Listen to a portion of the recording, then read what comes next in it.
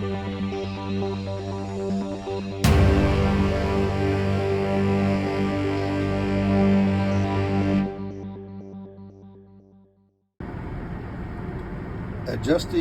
the egress time, time the light's down, so you can start on any screen.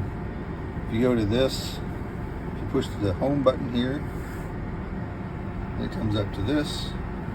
So you use this rotating knob to go to lights. Then you just press the middle of it. If you see here, you go to control lighting, egress timer. Again, just push the center to select that. Up comes all this lighting stuff. Then down here at the bottom, egress lighting mode. So you can click on that. Then you can use that knob to lower or raise that time. When you're done, just hit enter or push the button in the middle and it sets it. So you can set it to so that it does it always night or it doesn't do it at all.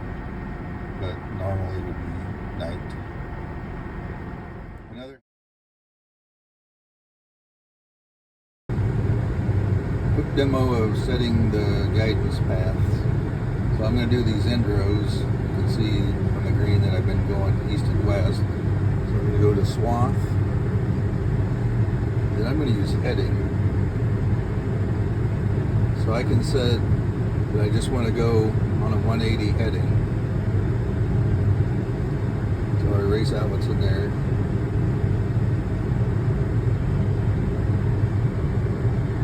Hit done.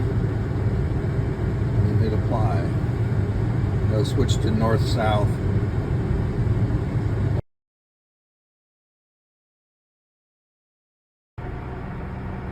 Well, I'm here on my lunch break. Thought I'd show you a little trick that I learned. Maybe it'll be useful for you. If you go to screen 1, it's got this engine set up and stuff. And the one I'm looking at here is the CPM2. So if you touch it, it selects it, and then you can use the knob on the armrest to adjust that. So I'll turn it down to, say, 1400.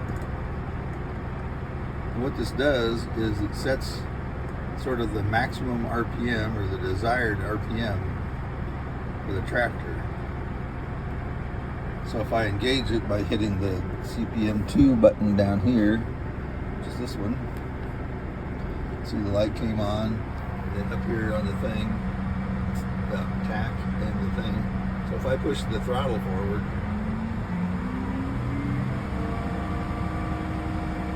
you can see that it stops.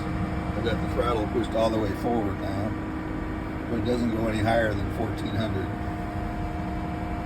Now if you go under that, then it'll slow back down again.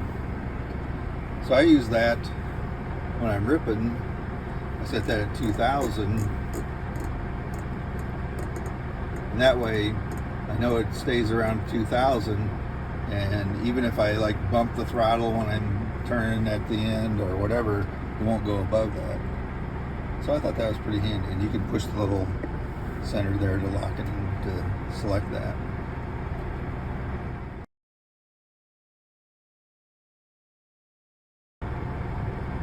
Another setup that I did that I have found handy is if you go to this, I don't know what this is, the selection of menus there. So it brings up this, and if you go to tractor, brings all that up, and then over here on the right hand side, these configurable controls. You get this, so you can change what the levers, which are these things, they're set at. What I changed is the buttons. So button 5 and 6 are on the multi-function control handle. So I set them to extend the R1, the first hydraulic, and retract the first hydraulic. So that lets me, just pushing that button, raise and lower the ripper. So you can see it's up now. So if I hit 5, it goes all the way down, and I just have to push it once. Same way with up. I don't have to hold it, I just click it once, and it raises back up again. So it's a little handier sometimes when you're making the turns and stuff to just hit those buttons than to reach over and flip the lever.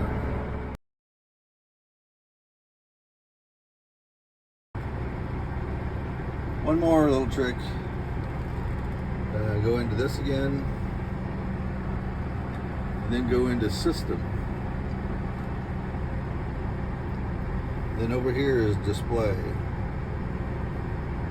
So you can set the brightness, and the one I changed was this one down here, the volume. That's the volume of the little notification from the guidance system. When I had the radio on, it was set like clear down here. I couldn't even hear it. So I set it back up here so that I can hear it when the thing locks on or unlocks when you're turning. I found that useful.